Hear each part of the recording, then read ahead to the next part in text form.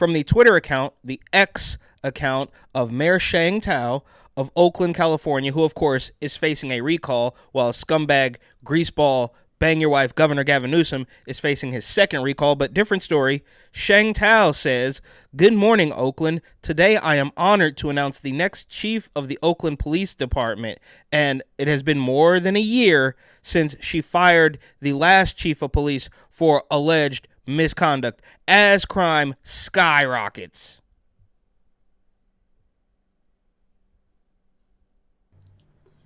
My fellow Oaklanders, over the past year, my administration diligently focused on diagnosing our city's challenges. No, you haven't. It's literally not that tough. They always want to pretend like we have to just come up with the solutions for these complicated problems, and it's really not. Just enforce the laws that already exist. Oh, we've spent a year after I fired a completely competent, if such a thing exists in California, a competent chief of police, so competent, in fact, that he was investigated by a federal monitor who decided he should step down. While charting a path that leads to a more safe, clean, and prosperous Oakland. Who are you talking to? Who does she think is actually buying this? I've been working for a year to make Oakland safer. When everything is collapsed, businesses are fleeing left and right. Crime is through the roof. October, during my State of the City address, I said that public safety is my top priority. And that remains true today as we tackle Oakland's most pressing challenges. Oakland was one. You're creating the challenges. And then you have progressive ACLU lawyer, quote unquote progressive, obviously a regressive, who had an ACLU lawyer, one of the pinnacles of the progressive weirdo socialist commie agenda, had bullets whiz through her house in Oakland, California. Justice advocate in Oakland is speaking out about being caught in gun crossfire. ACLU attorney Alyssa Victoria says she's thankful for another day of life after a bullet went through two walls of her home last night while she and her family were inside. Victory posted photos of the aftermath on X. She tells KTVU this happened during a shootout just outside of her East Oakland home around 10:30 on Friday night. Thankfully, no one was hurt. Victory tells us that incidents like this are part of what inspired her to pursue a career in criminal justice law. But the brainwashing is so deep that she still claims to be a progressive. That, of course, is a different story. But this is crazy to watch this woman lie. And we're just getting started. Once a national model for reducing gun violence. Okay, I'm sorry. This is wild. And she has said this several times, and actually more than several times, in almost every interview she does. Oakland used to be the picture of reducing gun violence. What does that even mean? Does that mean that there was so much gun violence that Oakland was the picture of pretending to stop the gun? It doesn't mean anything, right? And they constantly, oh, well, we need to work on, the gun violence prevention unit, even though you literally destroyed the cops and are pushing that 30 by 30 initiative to hire more inclusive, gender non-conforming, gender non-binary cops that the criminals can run roughshod over. I'm sorry, let's keep going. I apologize. This is wild. Achieving a 50% decrease between 2012 and 2019. But as a city... All before you were mayor. So she's highlighting the fact that things were okay in the grand scheme, but the bar is low. It was pretty good before she became mayor. Is that what she's saying? Go back just a couple seconds. This is wild. Oakland was once a national model for reducing gun violence, achieving a 50% decrease between 2012 and 2019. Yeah, when the man that you fired as chief of police was in charge, they were doing much better, and then you came along and ruined it all and then pretended that you were going to fix the problem, just like greaseball, scumbag, bang your wife, Governor Gavin Newsom. But as a city, we lost our way and stopped focusing on the proven violence prevention strategies we know work. The proven violence prevention strategies? You mean the police? And it's crazy, we're not even a minute in yet, but she opens by letting us know things were actually better before she became mayor. That should really be the end of it. Since 2019, violent crime has been on the rise, and our police force fell to dangerously low levels. Predictably, an increase in property crimes also followed. And why did you fire the chief? It's because a federal monitor, a crooked, corrupt federal monitor, the same people that paid out BLM protesters in New York, told you to, because they are trying to destroy police departments in cities across the country, create chaos, and gain more power. This is a wild takeover. Our 911 system also suffered from years of neglect, resulting in a steady decline of our answer times and staffing levels. Our technology was also antiquated and in desperate need of an upgrade. These challenges, they shatter our collective confidence and our faith in our city to deliver essential services, which is why under my administration, we rolled up our sleeves and we did the work. My administration aggressively invested in rebuilding our police force. Rebuilding because you destroyed it. And I'm proud to say we have more police officers now than we have had in the past 2.5 years. Yeah, because they all quit. You humiliated them. You demasculated them.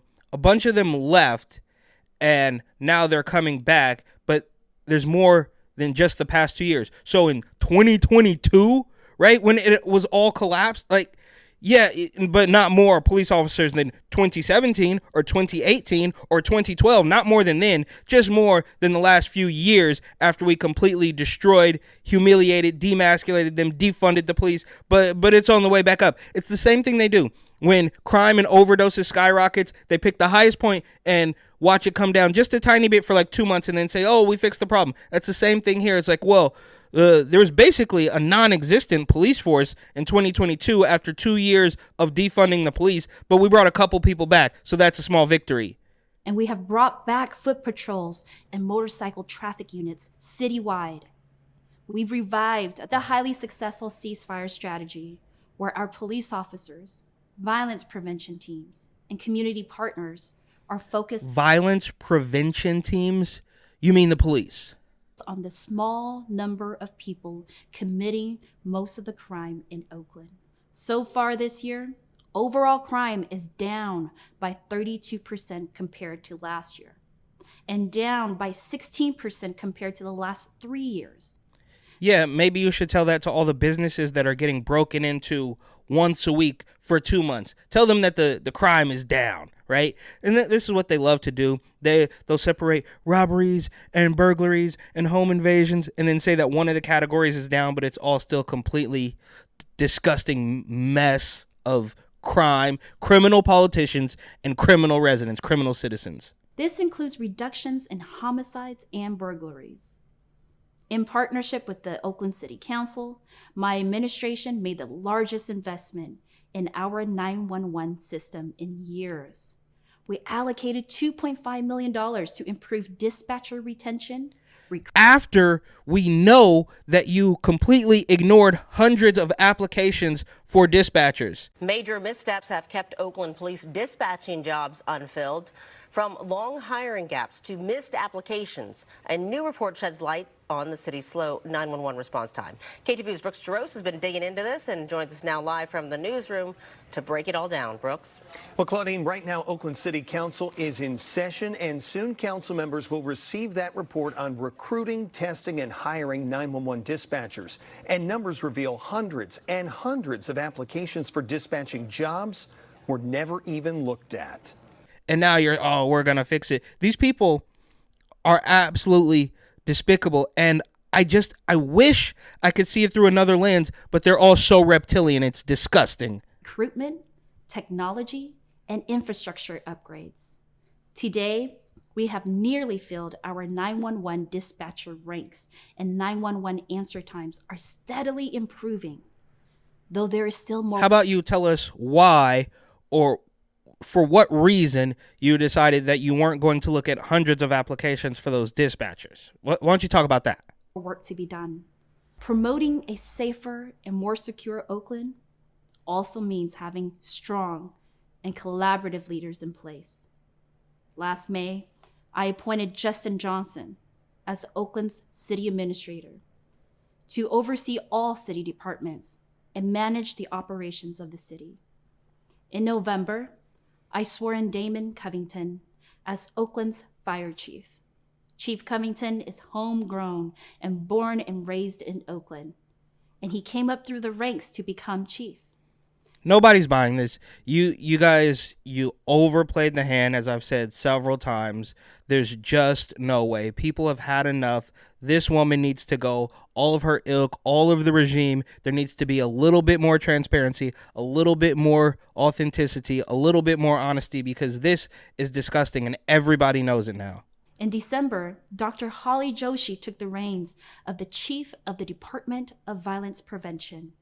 Chief Joshi was raised in East Oakland and has extensive experience with proven. And the way these people get into power is through this quote unquote ranked choice voting system, which some people have called rigged choice voting system, but that's a little bit of a different story. I mean, there's so many layers and levels to how we actually got here. Violence prevention strategies. I'm proud of this exceptional public safety leadership team that has aggressively addressed our challenges and delivered results. No, they haven't. There's been no results delivered. Literally, it was huge breaking news when In-N-Out left. They had never closed the store. The first time in 75 years, and it's in Oakland, California, and you want to pretend that it's progress. Today, I'm excited to announce Oakland's next police chief. After an extensive process that included community, youth, and city leadership, I have selected Chief Floyd Mitchell.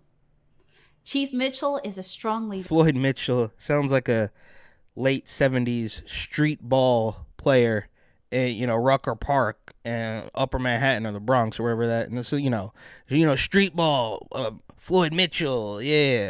August 28th, 1983.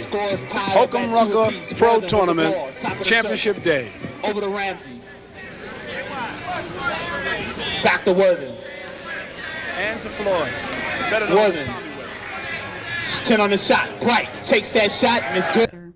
And smart crime fighter who delivers results. His commitment to proven crime reduction strategies, including proactive policing and strong officer community engagement, vaulted him to the top of the list. As our city's top police officer, Chief Mitchell will join the talented public safety leadership team we have assembled and lead the law enforcement elements of Oakland's comprehensive public safety strategy. Chief Mitchell is a veteran of the United States Air Force and began his career as a patrol officer with the Kansas City, Missouri Police Department. And here we go. Now she's reading it like a Disney princess. Oh, he began his career. Just spit it out, lady. After 25 years of impeccable service with Kansas City, he accepted the police chief's position for the city of Temple, Texas. In 2019, Chief Mitchell was appointed as the 23rd police chief for the city of Lubbock, Texas, where he served until September of 2023. Chief Mitchell brings more than 30 years of law enforcement experience to Oakland. Next week, join us. We will be introducing Oakland's police chief to our communities. I want to thank Interim Chief Darren Allison for stepping up and providing a steady hand during this leadership transition. Chief Allison has more than 2 decades of experience with the Oakland Police Department, and we should all thank him for his service. I want to thank Oakland police officers who are out on our streets every day protecting and serving our community. No, you don't. You've completely humiliated and embarrassed them. What are you talking about? And I guess, glass half full, silver lining type of stuff, this is a little bit better than I was expecting. I was assuming they were just going to put in a weird, fat, chubby, out of shape LGBT BBQ CIA plus advocate that was going to continue the reign of terror. And who knows, this guy might do that and not look the part, but we shall see. We appreciate the difficult job that they do every day. I would also like to recognize the Oakland Police Commission for their service during this recruitment process. Finally, to our Oakland residents and businesses, I thank you for your love of our city. You are the reason why Oakland is the heart and soul of the Bay Area. Together, we will fight for that safer and that more prosperous Oakland that we all deserve. Thank you. She's literally destroying everything, and I guess I have to give her just a tiny bit of credit because I honestly don't think she's fully evil. I don't think she's on the Pelosi, Newsom, Kamalto, Bo Jiden level. I don't think she's there just yet. I think she's still more like Jasmine Crockett, who actually, for some reason, still think they're doing a good thing. But let's take a look at some of the comments still getting recalled. Bye, Felicia. Thank you, Mayor Tao, and congratulations. Welcome to our new police chief. And that, of course, is Rebecca Kaplan, the them vice mayor of Oakland. So that's the one positive comment. And just really quickly, that's her, right? Like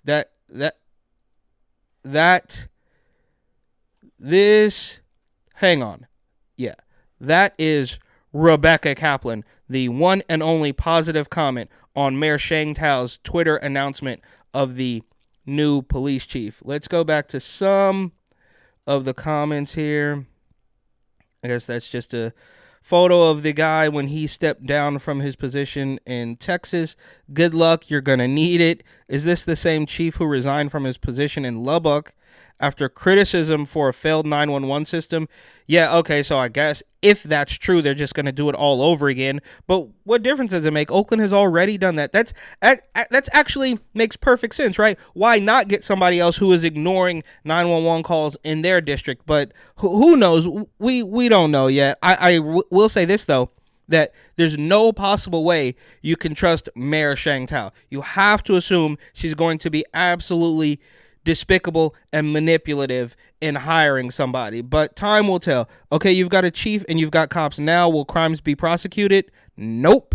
And that is Pamela Price, the Alameda County DA, who is also facing a recall. If you can address Price's inabilities and unwillingness, maybe Oakland has a chance again. No, it doesn't really. Nothing diligent about you. Subject matter expert his Mitchell resignation comes after criticism of the state of department's 911 dispatch in 2022. More than 30,000 911 calls. Okay, so they're going to drag this guy even though they haven't seen what he can do in Oakland, and they really should be dragging Mayor Tao. Announce your resignation. Good luck with the 911 problem. Good luck, my guy. Yeah, such a fake facade for this video. Give him 1 year before he gets canned or quit.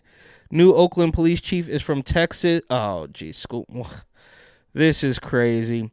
Well, the point is, they're the only positive comment. So some weirdos on the left, obviously, they still don't like it either way, right? We know that. Like Bo Jiden specifically, they don't like his stance on Israel, Gaza. They don't like his stance on the Sun Monster. So there's some weirdo lefties in the comments that don't like this replacement because they're obviously going to find something to complain about anyways. But the bar is so low, I assume that when they're complaining, he's pretty good. But I also assume that when Mayor Shang Tao hires somebody, he's pretty bad. So this will be a wild ride.